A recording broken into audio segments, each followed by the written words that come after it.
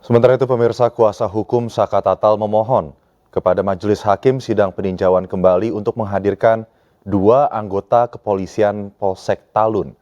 Keduanya merupakan yang pertama kali melakukan olah tempat kejadian perkara kasus Vina Eki pada tanggal 27 Agustus 2016. Novum atau bukti baru yang dibacakan kuasa hukum Saka Tatal berupa bukti foto-foto kondisi korban Vina dan Eki serta kondisi motor korban.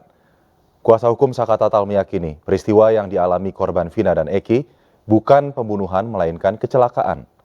Untuk menguatkan novum baru tersebut, tim kuasa hukum memohon Majelis Hakim sidang peninjauan kembali untuk dapat menghadirkan dua anggota kepolisian Polsek Talun yang pertama kali melakukan olah TKP saat jenazah korban dan Eki ditemukan di flyover Jembatan Talun.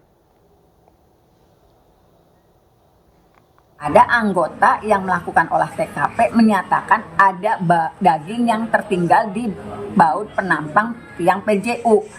Anggota itu memaparkan sebetulnya di persidangan. Kemudian juga ada di median jalan itu ada goresan yang warnanya sama dengan warna motor. Dan ternyata betul motornya juga rusak gitu. Ini kan kelihatan itu kerusakan motornya. Paling tidak kan kita memohonkan kepada majelis untuk kembali menghadirkan anggota yang melakukan olah TKP, karena di sidang sebelumnya di 2016 foto-foto ini tidak terkonfirmasi, visual ini tidak pernah dihadirkan. Jadi mungkin saat itu majelis tidak mempertimbangkan, apalagi di sidang Saka Tatal yang sidangnya cepat. Kemudian kalau proses PK-nya sidang Saka Tatal, ada beberapa kesaksian yang memberikan informasi mengenai masalah ini tidak hadir di persidangan Saka Tatal, tidak dihadirkan. Pemirsa, kuasa hukum Saka Tatal mengajukan 10 bukti pamungkas dalam sidang peninjauan kembali di Pengadilan Negeri Cirebon, Jawa Barat.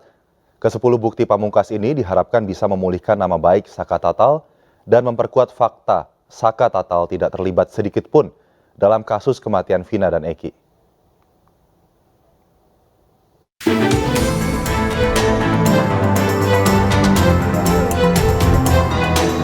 Dalam sidang peninjauan kembali yang digelar di Pengadilan Negeri Cirebon, Saka Tatal mengajukan 10 bukti baru. Hal itu dibacakan oleh kuasa hukum Saka Tatal di hadapan majelis hakim. Pertama, tidak ada luka tusuk yang ditemukan pada jasad Eki. Kedua, luka di wajah Vina dilakukan oleh Andi yang merupakan buronan fiktif. Bukti ketiga, hasil visum Vina menunjukkan adanya pendarahan di hidung yang diduga akibat kecelakaan. Keempat, ditemukan serpihan daging di baut tiang penopang lampu jalan di TKP. Kelima, terdapat goresan di motor milik Eki pada bagian kanan yang sesuai dengan luka Vina dan Eki di bagian kanan. Keenam, kesaksian Liga Akbar yang mengakui kebohongannya di program Rakyat Bersuara iNews TV. Ketujuh, keterangan Kapolri mengatakan penyidikan kasus Vina tidak berdasarkan scientific crime investigation. Bukti ke-8, adanya keterangan dari Dedi Mulyadi bahwa adanya saksi yang tidak diperiksa oleh polisi, yaitu anak dari RT Abdul Pasren. Bukti ke-9, keterangan yang diberikan Saka Tatal dalam kondisi di bawah tekanan dan penyiksaan.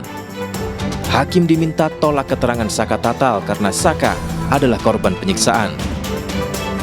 Terakhir, penghapusan 2 DPO oleh Polda Jawa Barat dan dibatalkannya status tersangka Peggy Setiawan dalam sidang pra-peradilan.